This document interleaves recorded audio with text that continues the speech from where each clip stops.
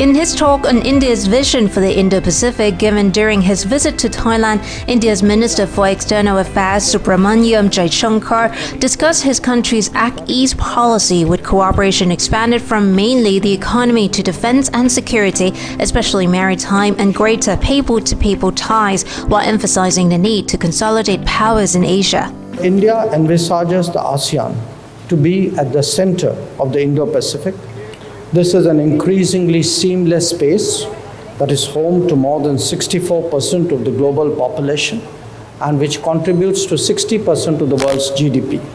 We envisage a free, open, inclusive, peaceful, and prosperous Indo-Pacific region, one which is built on a rules-based international order, sustainable and transparent infrastructure investment, freedom of navigation and overflight, unimpeded lawful commerce, mutual respect for sovereignty, peaceful resolution of disputes, as well as equality of all nations. We have actively fostered the Quad mechanism. To me, India-ASEAN today is it's got very substantive achievements to show. Mr. Jaishankar also shared his impressions of Thailand. I see Thailand both as a partner and as an exemplar. The exemplar bit is I look at Thailand in ASEAN.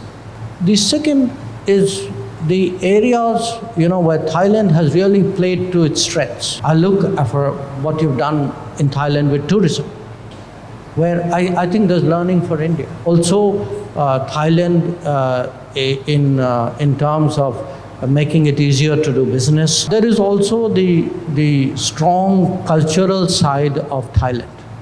That certainly I think appeals to a lot of Indians. I'm very fascinated by historically how Thailand has navigated its diplomatic challenges.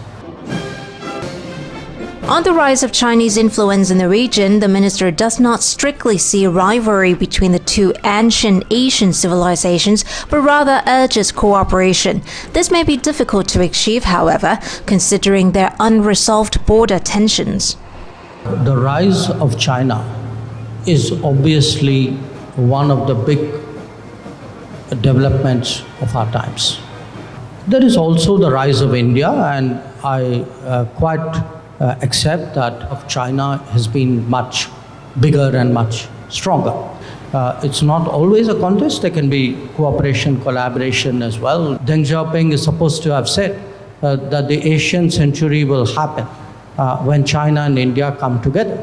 That possibly is true.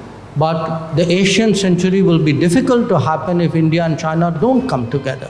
And I think today one of the big questions is really where China-India relations is going. Because at the moment, the relationship is going through an extremely difficult phase because of what the Chinese have done in the last 2 years in our border areas. The minister explained the reason why India maintains close ties with Myanmar's junta, citing the inevitability of continued relations as immediate neighbors and the limitations it has, while expressing, as most of the world does, support for a return to democracy.